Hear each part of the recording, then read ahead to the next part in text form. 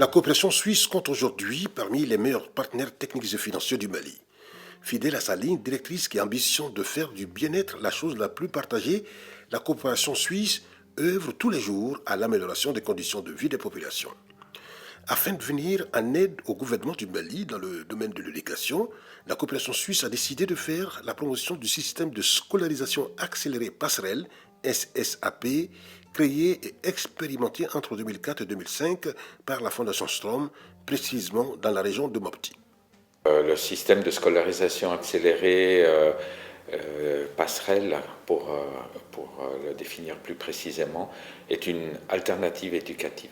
Elle est là pour permettre à des jeunes déscolarisés ou pas scolarisés du tout de rattraper le retard qu'ils ont pris au cours des années et de pouvoir réintégrer l'école normale, le cycle d'éducation normale, sans préjudice pour leur formation. La SSAP aujourd'hui a créé un engouement institutionnel et politique, je dirais même stratégique, qu'elle a fait l'objet de création d'un secrétariat permanent sous-régional, donc qui implique les 3 États, notamment les ministres en charge de l'éducation du Mali, du Burkina Faso et du Niger, qui sont membres du conseil d'orientation avec la Fondation Strom et les ONG de mise en œuvre, que nous sommes en train aujourd'hui de réfléchir avec les États pour que cette formule soit définitivement reprise, ainsi que certaines attributions du secrétariat permanent, par les États. Depuis août 2016,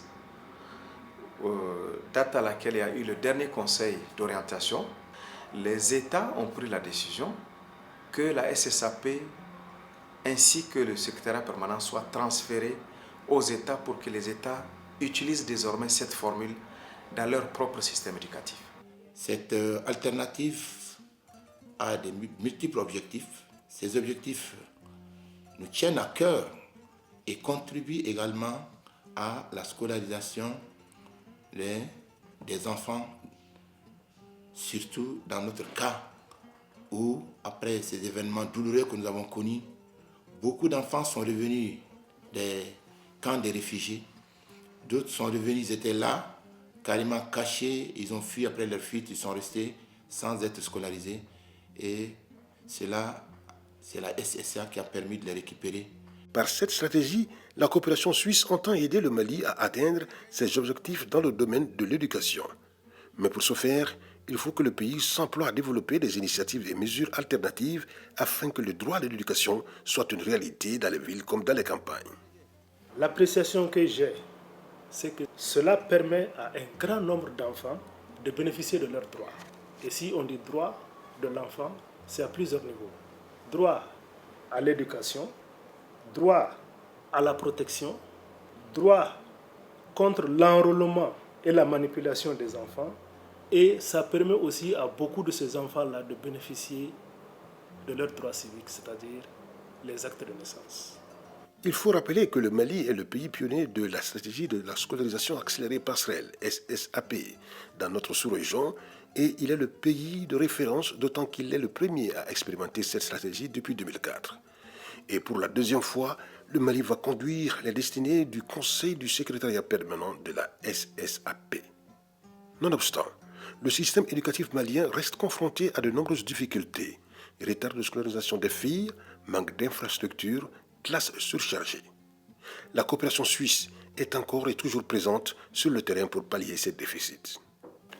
Alors c'est vrai que ça reste une alternative éducative et donc c'est un pilote, mais pour faire passer ce pilote à l'échelle nationale et que ça soit intégré de manière officielle dans les pratiques du ministère de l'Éducation nationale, il faut justement habiliter le ministère et tous les acteurs actifs autour du SSAP à bien maîtriser toutes ces facettes en leur permettant de bien maîtriser la méthodologie, l'entraînement des enseignants. Tout ça pour garantir son succès lorsqu'il sera appliqué le moment venu. Ici d'abord, les difficultés qu'on a, c'est des enfants dont leurs parents sont pauvres. Ils n'ont rien. Maintenant, on les récupère pour qu'ils soient entre les gens. Parce que si tu n'es pas à l'école, tu n'es pas à l'école coranique, tu deviens un vagabond dans la rue. Avec cette synergie d'action, le système éducatif national connaît ces dernières années une profonde évolution avec l'augmentation de la scolarisation. Les décisions des États concernant le statut du secrétariat permanent, de convenir des compétences du secrétariat permanent transférées aux États pour un dispositif opérationnel de suivi. Prenez vos ardoises.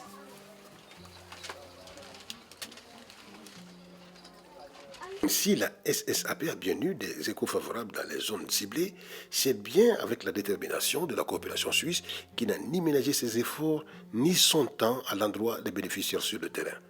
À cet effet, on lui doit le succès du taux d'amélioration des enfants scolarisés, de la formation des animateurs et encadreurs et de l'extension des centres. Ce qui m'a motivé à venir suivre cette formation est que le taux de scolarisation est très bas et qu'avec la crise du Nord, beaucoup d'écoles ont fermé. Avec cette formation, je pourrais permettre à beaucoup d'enfants d'aller à l'école. La stratégie de scolarisation actuelle de la passerelle est un moyen pour nous vraiment de récupérer tous les enfants qui ont été à l'école et qui ont été renvoyés ou bien ceux qui n'ont jamais fait l'école. L'année dernière, dans une classe de 30 enfants, tous ont eu la moyenne et tous sont présentement à l'école classique.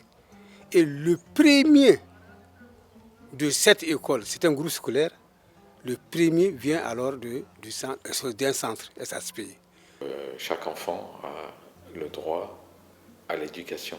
Et si ce droit n'est pas respecté, n'est pas réalisé, ce manquement au droit devient une hypothèque pour l'individu, mais aussi pour la société.